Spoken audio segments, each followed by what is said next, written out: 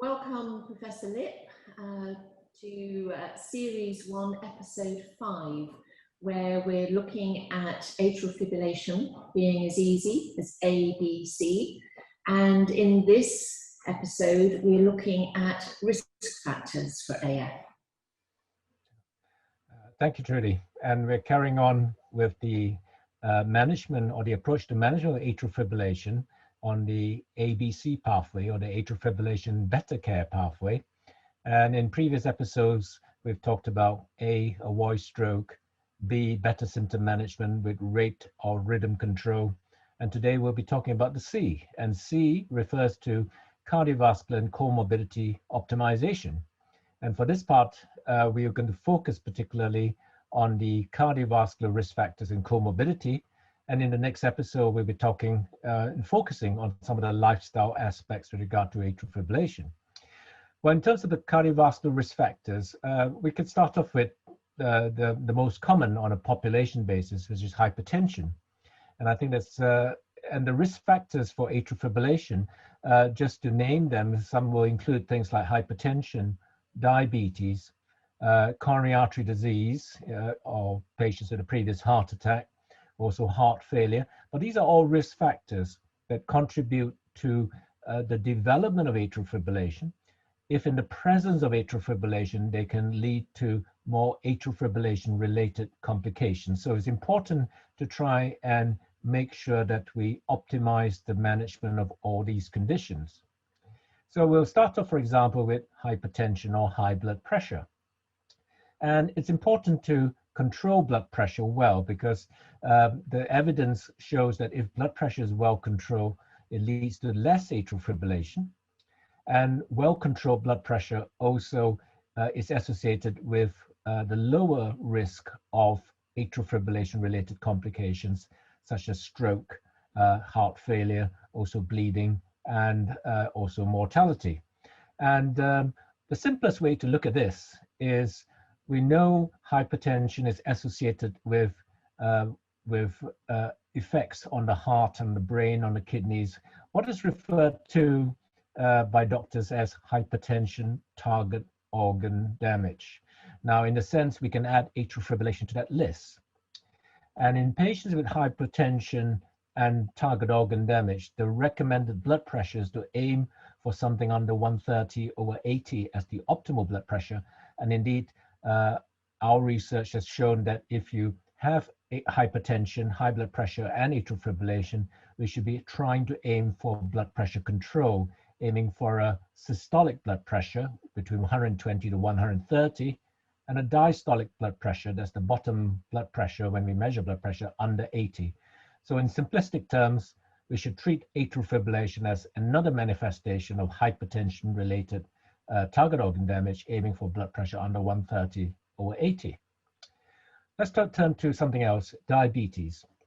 And a question often asked is, which is more important with regard to atrial fibrillation, type 1 or type 2 diabetes?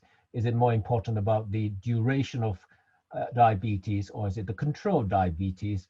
And maybe the short response to that is all of the above, because it's important that we control diabetes well. That's irrespective of whether it's type 1 or type 2 diabetes. The length of diabetes clearly is important, and particularly so if it's diabetes that has been there for a long time in patients aged under 65. And you can imagine that makes sense, because if you had diabetes for a very long duration, this can lead to, again, more atrial fibrillation related complications. Controlled diabetes is also important, because if diabetes is not well controlled, and many doctors measure the hemoglobin A1C as a measure of the diabetes control, that again has been associated with atrial fibrillation related complications. Now, some of the other conditions I mentioned, and these very often relates to the broader spectrum of heart disease, such as heart failure, patients with coronary disease, or those who've had a heart attack, those with evidence of atherosclerosis, like hardening of the arteries of the legs, referred to as peripheral artery disease. All these are risk factors, and it's important to optimize the management of all these conditions. And again, is to minimize the overall cardiovascular risk profile in the patients with atrial fibrillation, with some evidence how it relates to the risk of developing atrial fibrillation and or atrial fibrillation related complications.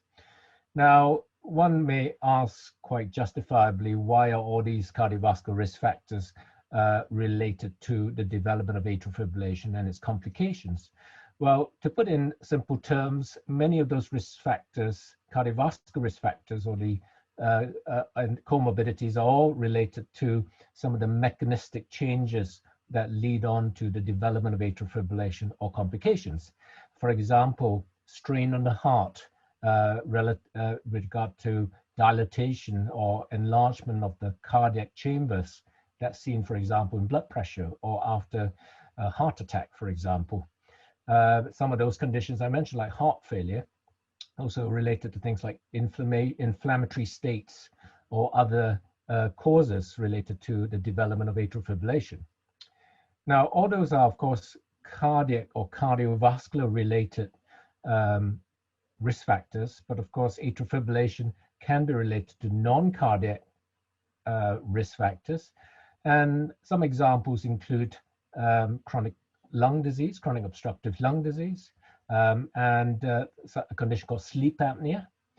And in a sense, when we assess patients with atrial fibrillation for cardiovascular risk factors and comorbidities, it's important to take a full clinical history and to be able to address all these risk factors and comorbidities to ensure that the patient, in terms of their risk profile, is optimized, is well managed, and this is with the aim to reduce any potential risk of atrial fibrillation related complications.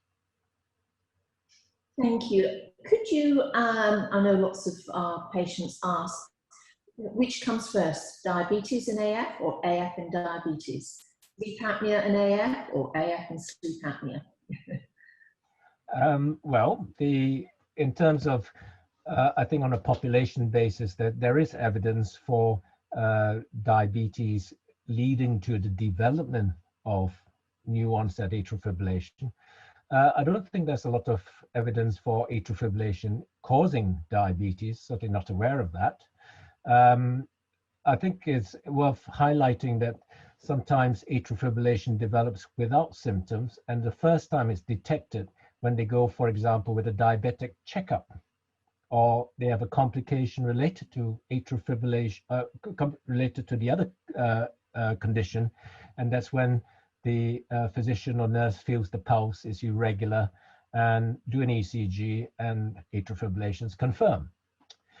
Sleep apnea is interesting because it tends to be underdiagnosed. We do recognize that sleep apnea is seems to be a common denominator for many cardiovascular risk factors such as high blood pressure, as well as some lifestyle type conditions like obesity. In my atrial fibrillation clinic, I regularly ask about symptoms related to sleep apnea, because some simple measures can actually make things better. And sleep apnea, of course, is treated by our sleep clinic experts with CPAP, which is continuous positive airway pressure. And that can actually help the cardiac condition and can actually improve well-being of the patient. Sleep apnea does lead to more development of atrial fibrillation. Hence, it's important to again treat sleep apnea appropriately because it minimizes the risk of progression atrial fibrillation and also other risk factors related to atrial fibrillation like blood pressure. Thank you, Professor Lipp. I think it's really important because, as you said, all too often AF is not detected until you're presenting to your doctor with another condition, whether that's sleep apnea, whether that's a stroke, etc. So a lot of our patients often think that AF was caused by something that they went to see their doctor, and often it's just been the silent condition going on in the background. Hence why it's so important that we should all know our pulse, know our heart rhythm. And anybody watching this should visit knowyourpulse.org to learn how to monitor your pulse and the pulse of your family and friends, so that we all become heart rhythm aware, and if AF is detected, we get it diagnosed and treated much sooner. Thank you, Professor Lipp, and we look forward to seeing you in the next episode, which will focus on AF and lifestyles. Thank you.